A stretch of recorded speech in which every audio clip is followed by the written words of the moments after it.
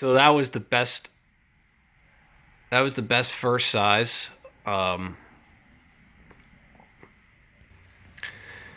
and everything else looks good. I mean, I have yet. I literally just got this. I just took it out of the box, so I haven't even played games yet. But everything's looking okay so far. Basic. I tried loading up the CPU and GPU a little bit, playing songs on YouTube, going on Steam, downloading games. I have yet to hit 90 on the CPU, and the GPU is pretty cool at low 70s. People were saying these things were hitting 90 something just watching YouTube. I don't know what they're doing. Maybe they got a bad one, but right now everything checks out. They could have had issues with the first production ones, but it seems fine so far. Of course, it's gonna get hot. Look how thin the thing is. The thing is so thin, and it's packing pretty much desktop grade hardware. It's gonna get hot. It's meant to get hot, but it can handle the heat unless you're using it in the baking sun and blocking the fans. It's meant to get hot. It'll cool itself, but my recommendation is don't make its life harder. Put it on a cooling pad, like I got that old crappy one right there. I'll probably get a new one. Or do something, lift it up. Right now it's flat because it's new. I'm just testing it out, but you can make it easier to cool. So I wanted to test PUBG out. I'll get to that. I just downloaded it, but ultimately, so far, I love the laptop. I got the Max, the big daddy of the Razerblade 15s. So here's the box right here. This teeny little box.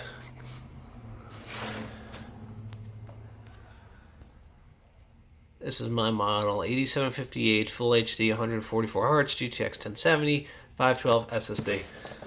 That is the highest you could go with this. It's the highest tier of Razerblade. Like I said, my first impressions was, wow, this thing's very tiny compared to this. I brought this home. My fiance was like, that's a huge freaking laptop. I bring this thing home. She's like, that's a small freaking laptop. I'm like, Jesus Christ, what size do you want me to get? One's huge, one's small. But if you need a desktop replacement, if you're going to keep this at home most of the time, hands down, this thing's awesome. It will do what it needs to do. It is built extremely solid. It feels good to the touch. No creaking. Nice feel to it. Just a very sturdy, powerful laptop with adequate cooling. Recommend it with the options I stated previously. The Razerblade, it's beautiful. I like the brighter RBG keyboards. I like how you can control the individual lights. Although I probably won't do the individual lights. I just like the option. I like the screen. Apparently, it's not as bright. People measured it from 260 to 300 nits, but it looks really nice. The bezels.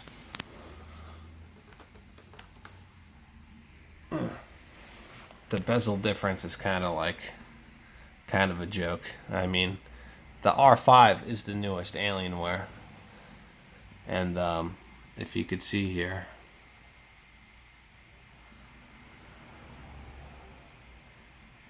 look at that difference. Not to take anything away from the Alienware, but that's where my recommendations would come in. Just cutting back on bezel size, big corners. Even up here, it's like an inch. Down here is large too, but you have the eye tracking. Even the models without the eye tracking, it's the same size. So you're just looking at a lot of extra space. It could be cropped down, extra space and weight. But that's really my only gripe. This thing is very sleek. I like it a lot so far. The keyboard feels great. It's got a nice clicky feel to it. Like I said, if you get the Blade, I highly recommend getting well, that's the most you could get, the 512 SSD. So that's my recommendations. Like I said, the Temps, I got to do a little more, delve a little more into it. But it's nice to see that this thing's hitting 4.1 gigahertz, no problem. It's not throttling or it's not hitting anywhere close to 90, just by loading it up with tasks like the internet. I know some people said that. So once again, GPU Z. We have a minimum of 46, a max of 85, but look at the average, 66. Not bad. I will take that happily.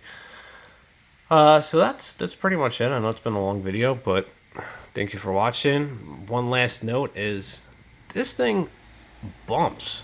For a teeny little laptop, I was like, bear with me, I'm trying to film and type. I was like, this thing's definitely going to be quieter than the Alienware. But I put on max volume, and it's loud. I was very impressed. Happy Halloween, Michael. It could be the position of the speakers and how they face up. I like that. It's you could definitely hear it more in your face. But this thing bumps for a little laptop. If you have ghosts, you have everything. If you have ghosts, you have everything. I don't want my... It sounds great. It's got some bass to it. I was very surprised. I was like, holy shit, this thing actually sounds good. I figured it had little dinky speakers, but it's nice. So that's it. I mean, I just got this thing 2 hours ago. I'm playing around with it. I like it a lot. I thought... Initially, I was like, listen, I'm going to open the box. I'm going to see how it looks. If the thing's got backlight bleed like I've seen others have, if I turn it on and surf the internet and it's hitting 90 plus on CPU temps, chances are I'm going to keep the Alienware. But so far, I do not have an inkling of backlight bleed.